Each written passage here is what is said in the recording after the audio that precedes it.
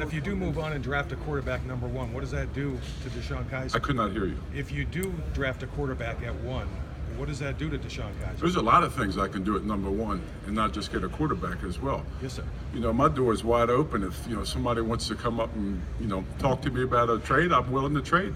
But also, I'm going to do what's best for this organization, and I will do that. John, are you any more open for business at 4 than at 1, knowing the value of 1? Well, any good GM wants to, see what, field phone calls from all his from his peers. So why wouldn't I? So that's why I say, guys, just give me a call and see what's up. But given the history, don't you think you could have a bidding war situation at 4? I know this. I've actually get prepared for you. I've done a little research, and I think if you go back to 1946, there were 17 teams in the National Football League that actually had, 2 picks in the top 5. And I would say, it's so. That's why I saved that for you in that regard. And there's been some pretty good players. I think right now we're early in the process. We are still trying to finalize our preparation with regards to the college draft, and of course we're finally meeting some players, and it's early in the process. Given all your picks, would adding more picks do you any good? Well, you can't have enough good football players on your team right now, so we'll see how that unfolds. John, you know what Joe Thomas is going to do yet? And if not, you expect to know when you return next week? Joe and I have had numerous conversations. I have greatly admired Joe from his playing days at Wisconsin all the way up to the Cleveland Browns. Everybody in his right minds knows how talented he is. I think with that said, he deserves a little bit of respect. And you know what? When it comes time for the proper decision, he'll make it. John, you made a big move up the board last year. You were with the Chiefs and you got a quarterback then. What's the most challenging part of that decision-making process, and sometimes the time constraints involved in making a move like that? Well, I think when you make strategic decisions like that, I think first you have to understand the whole draft process in terms of what the other 31 teams are thinking. Then you have to strategically think about who do you think needs certain positions, if it's the same position that you're willing to go up with. Once you've identified those teams of position that are willing to go up, then you have to put yourself in the position and be willing to, give up a little bit of currency to go get the player who you think can change. And that's why you make moves like that. Do you remember how many teams you were in contact with through the course of that process before you finalized it? Half a dozen, 7, 10? I'll talk to a lot of people. Yes, Therese. Thank you. I know you're looking forward to get that, but just any retroactive thoughts of your time in Kansas City? I have a lot of good friends in Kansas City. We'll have lifelong friends in Kansas City. But I've always loved this motto, and I will always live by this motto: is you learn from the past, you live in the present, you build for the future. And my 3 months in Cleveland, Ohio have been awesome. John, you have questions about all 4 of the 4 or 5 of these top quarterbacks in the draft. What's the separator for you? There seems to be, because there's questions with all of them, what's the separator as far as when you're coming up with that final guy?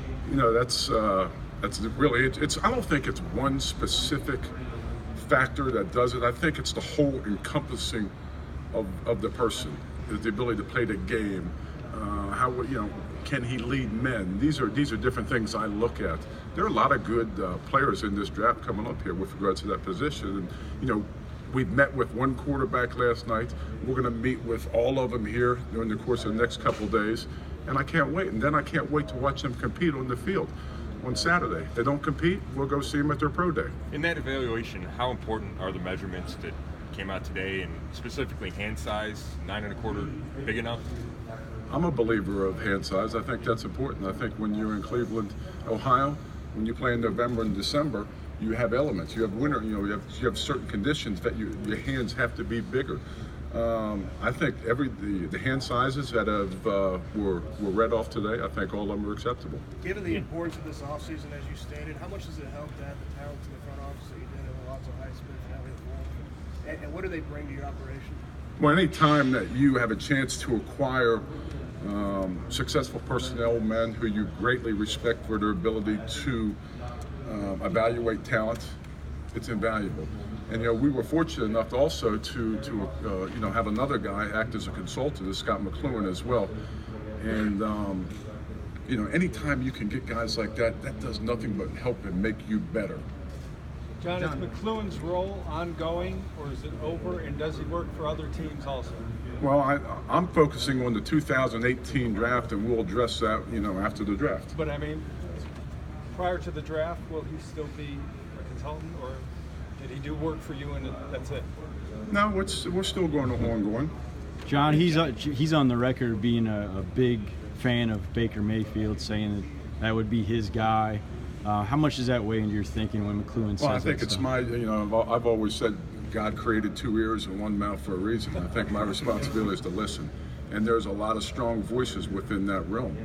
And not just that personnel realm, the coaching staff as well. I mean, we have some experienced evaluators at the quarterback position, so it's my responsibility for this organization moving forward to listen to everybody. At the end of the day, we're going to do what's best for the Cleveland Browns moving forward. And how much say will Hugh have in those quarterback decisions, free agency and the draft? So you guys always try to, there is no I, and I mean it's us together. It's the Cleveland Browns organization, making this decision together. If you and Hugh have been watching film the last couple of months, yeah.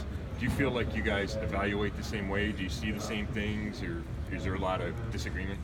Yeah, I mean, we're both football guys, and we see things in like-mindedness, and I think we've said that earlier. And I do appreciate, the comments I hear from him, and I think that's important. And I'm sure he appreciates the comments and feedbacks that I give him. But anytime you can have dialogue, communication, and discussion within any organization, that's healthy. It's not about having an argument here and an argument here. Let's have discussion and let's do what's best for this organization.